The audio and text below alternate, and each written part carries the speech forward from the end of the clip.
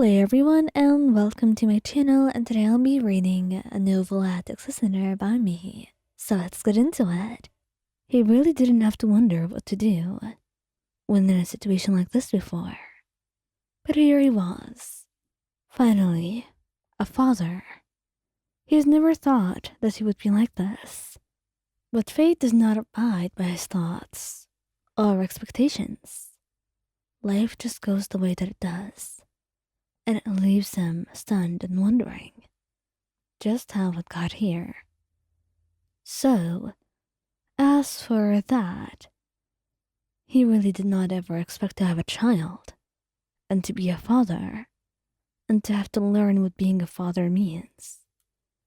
But as he looked at him, smiling, he felt like it was all worth it. He wanted to be a father. He wanted to learn, and to see what he can do. So, Wayan, you are telling me that I have to feed the baby? Well, I can sometimes feed them, but I would like for you to help. I'm sure that there is a way that you can feed them through your own magic, since they're half dragon. But how about we just go with the safest way? The safest way? What does that mean? Baby formula?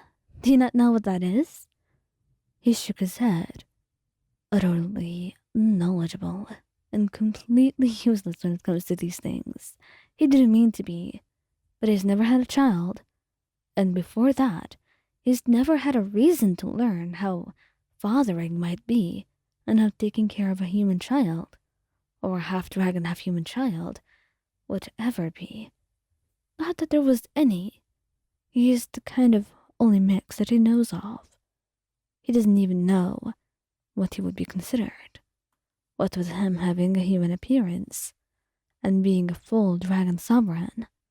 It was weird. A lot of his life was weird, though. So he supposed it really was not that strange that things would be like this for him. So, of course, as time passed on, he was more curious on how to do more things and how to help out. And he was learning a lot more with each passing day. And another day, as you were tired, you wanted to ask something of him. Neuvillette, please, could you just do something for me? Of course, darling. What is it? What do you need? Not much. You don't have to worry about a lot. It's simply that well, you see, I'm feeling kind of tired. I've been doing a lot of work all day, and I know how nervous you feel around the baby, but please, could you just hold her for now? I'm feeling rather sleepy, and she's always going to cry if you don't hold her all the time. I understand.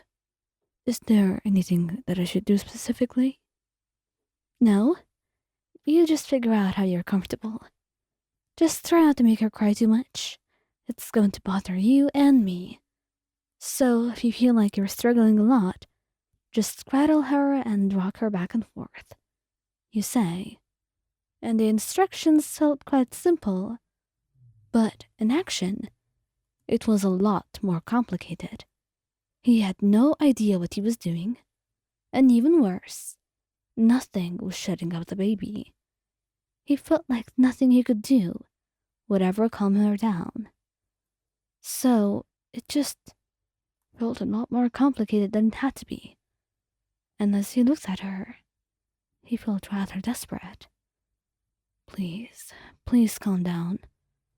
I'm not sure what I should do, he said, as if the baby could understand his struggle, and would be endearing if you were awake. You were quietly asleep now, far away from all the noise and anything that could bother you. Meanwhile, Neuvillette was struggling.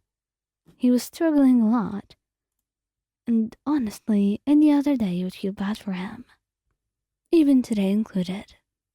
But Neuvillette, even he himself, just wanted to try and learn, to see what he could do for the baby, to help you out, because caring for the baby and being a parent was not your duty on your own just because he was a busy Chief Justice. And you were proud of him for that, to have a responsible husband who wanted nothing more than to be able to help you around. So, as you looked at your baby, he felt rather clueless and troubled. Please tell me what I can do. I'm trying my best. I am simply at a loss. I have no idea what you may need. He told the baby, and she kept on crying. So he brought her close, close to his heart, and he let his power hum so softly and faintly. She could barely feel it emanating, but maybe it's because of her dad, and his power resonating so close to her. It calmed her down. That familiarity and love and safety. It was all a baby needed to sleep. He was quite sure she was not hungry, nor did she need a bath. All she needed was safety and warmth and love, and she would fall asleep right on time. And he was willing to give her that. Every baby deserved all the love and everything he can do. So right now, as he held her close, he tried his best to be as reassuring as he could be. He was a father, and it was beautiful and confusing and too much at times, but it was so beautiful all the time, and nothing would take that away from him. Not now and not ever. And as he watched that little baby in his arms, he smiled softly.